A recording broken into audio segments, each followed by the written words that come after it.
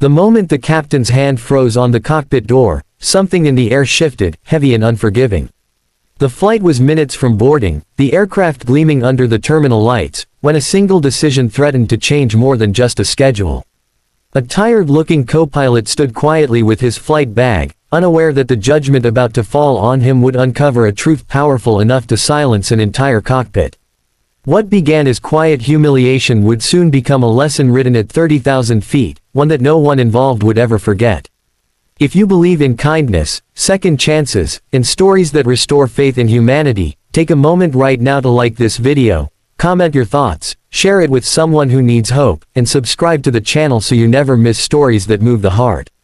The co-pilot's name was Ethan Cole, a 36-year-old single father whose life had been reshaped by loss and responsibility long before that morning. His wife had died suddenly 3 years earlier, leaving him with a 6-year-old daughter and a world that no longer felt stable. Flying had once been his escape, his lifelong dream, but after her death it became his lifeline, the only way to provide while still holding onto a piece of who he had been before grief settled into his bones. He wore his uniform neatly, though the fabric had been carefully mended more than once, and his eyes carried the quiet exhaustion of a man who slept lightly, always listening for his child's breathing in the next room. He had learned to move through life without complaint, absorbing small humiliations the way turbulence rattles a plane, uncomfortable but survivable. This flight mattered more than most. It was a high-profile charter, a long international route on a newly refurbished aircraft, the kind of assignment that could quietly shape a pilot's reputation. Ethan had prepared meticulously, reviewing procedures late into the night after putting his daughter to bed, her small hand still wrapped around his finger as she slept. He did not expect praise, only professionalism. What he did not expect was the look on the captain's face when he saw him. The captain was older, confident, known for his spotless record and sharper opinions. His gaze lingered on Ethan just long enough to register doubt, the kind that doesn't ask questions but already believes it knows the answers. Without raising his voice, without creating a scene, the captain made his position clear to the operations manager nearby. He did not want to fly with this co-pilot. The reasons were not technical, not documented, but heavy with unspoken judgment. The single father status, the slightly worn uniform, the absence of the polished arrogance some equated with competence. To the captain, Ethan looked like a risk, a distraction, someone whose personal life might bleed into the cockpit. The words were delivered quietly, but the damage landed loudly inside Ethan's chest. Ethan stood there, hearing his career wobble on someone else's assumption. Years of training, thousands of flight hours, countless nights away from his daughter, all reduced to a single dismissive decision. He did not protest. He had learned that dignity sometimes meant silence, even when it burned. Inside, though, the familiar ache returned, the one that whispered that no matter how hard he worked, he would always be seen as less than whole, less than ideal. The operations manager hesitated, glancing between the two men, aware of the implications but trapped by hierarchy and time. As boarding time crept closer, tension thickened the air. Passengers waited unaware, crew members exchanged uncertain looks, and Ethan felt himself shrinking into the background, preparing to step aside yet again. He thought of his daughter's school shoes waiting to be replaced, of the promise he had made to always show her that integrity mattered more than pride. He took a slow breath, grounding himself, ready to accept the reassignment or the quiet reprimand that often followed such moments. Then something unexpected happened. A representative from the aircraft's ownership group arrived at the gate, clipboard in hand, drawn by the delay. The plane was not owned by the airline but by a private aviation holding company, leased for select routes. The representative needed clarity before authorizing departure. Names were checked, credentials reviewed, and suddenly attention turned back to Ethan. His name triggered a pause, a second glance at the file, then a look of confusion that spread across the man's face. The truth, when it surfaced, felt unreal even to Ethan himself, though he had lived it quietly for years. The aircraft was owned by a company founded by Ethan's late wife, a visionary aerospace engineer whose investments had quietly reshaped parts of the industry. When she died, her shares transferred to Ethan, not because he sought wealth or power, but because she trusted him to protect what she had built. Ethan had never used that connection. He had never mentioned it, never leveraged it, choosing instead to earn his place by merit alone. To him, ownership was paperwork, not identity.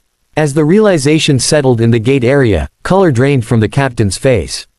The man who moments ago had dismissed Ethan now stood confronted by the weight of his own assumptions.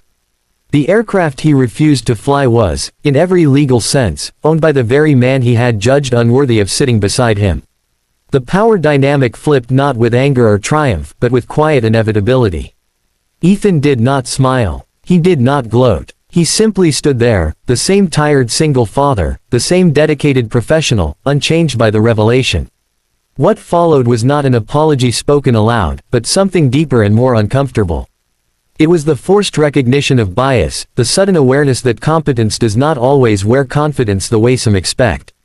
The operations manager cleared his throat, the representative nodded respectfully at Ethan, and the captain found himself facing a choice.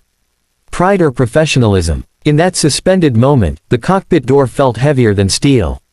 The flight departed with Ethan in the right seat. As the aircraft climbed smoothly into the sky, the city shrinking below, something shifted inside the cockpit as well. The captain observed Ethan's calm precision, the way he handled systems with quiet mastery, the steady focus of a man who had learned to compartmentalize pain without letting it dull responsibility.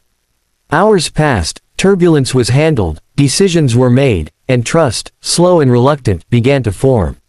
Ethan's thoughts drifted occasionally to his daughter, imagining her excitement when he would tell her he had flown on a plane that day, the same way he always framed his work in terms she could understand. He did not think about ownership or status. He thought about safety, about doing the job well, about honoring the woman who had believed in him when the world felt uncertain. By the time the aircraft began its descent, the silence between the two pilots had softened. Respect had replaced judgment, not because of wealth revealed, but because skill demonstrated leaves little room for denial. When the wheels touched down and the passengers applauded, unaware of the storm that had preceded their smooth landing, Ethan felt a quiet satisfaction, not of victory, but of validation. After the flight, formalities were completed, reports signed, and the crew dispersed. The captain lingered, visibly humbled, his earlier certainty replaced by something closer to reflection. Ethan gathered his things, ready to head home, ready to switch from pilot to father, from uniform to bedtime stories. Before leaving the terminal, he paused, looking back at the aircraft that had carried more than passengers that day. It had carried a lesson about dignity, about the danger of assumptions, and about the quiet strength of those who carry heavy lives without demanding recognition.